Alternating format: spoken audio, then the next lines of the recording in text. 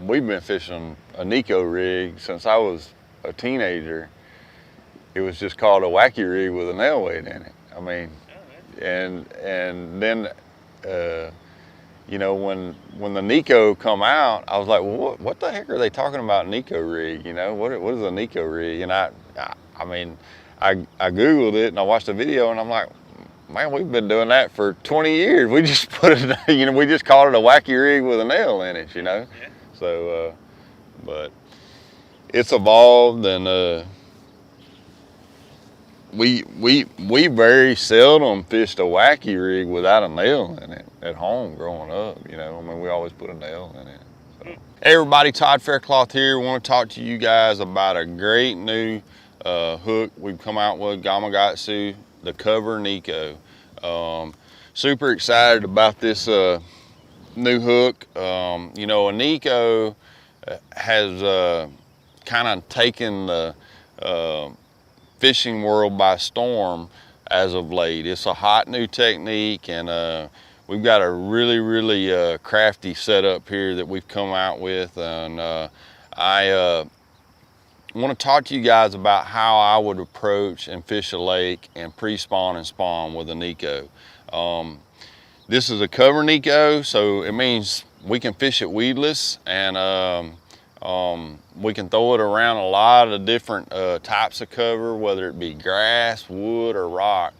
But in the pre-spawn and spawn times of the year, I kind of tend to target the outside of the cover, because a lot of times the fish aren't tucked in real tight, particularly when they're spawning. So I want to cast beside those objects or targets, whether it's a lay down, whether it's a dock, whether maybe it's a bush or whatever. And I want to kind of try and visualize where a fish might be spawning around that cover, and cast past my target and work it slowly back. I'll show you guys how I rig it up here.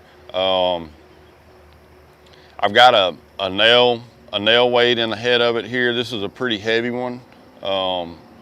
They make all types of sizes of it, and you just bring it down like so. It's got a good keeper on it. And I hook it in there, and there you have the Nico rig. But what's really neat about this deal is it has a swivel. And what the swivel does is when a Nico falls, it kind of has a spiraling effect to it. And as over time, your line's gonna create some memory in it and cause some twist. And the swivel prevents that from happening over time. When you're fishing, I always like to use a spinning outfit, you know, and I like it because I can skip the bait up underneath there, don't have to worry about overruns. I can cast it a long ways. A lot of times you're dealing with a light weight in the head of the bait. You're fishing it on light line. I'd say 10 to 12 pound leader most of the time, sometimes even 8. So the reason for the light line is it just gives the bait a more natural appeal. And if you put this bait on 20 pound fluorocarbon or 16 pound fluorocarbon, or, you know, big braid or something like that, it's just gonna take a lot of the lifelike action out of it. So that's why I choose a spinning rod setup, 7'4", generally 10 to 12 pound test fluorocarbon leader with a, you know, 20 to 15 pound test braided line as my mainstay, and that's my setup for fishing the Nico rig. It's just a great new concept. That's how I like to fish the Nico in the pre-spawn and spawn times of the year.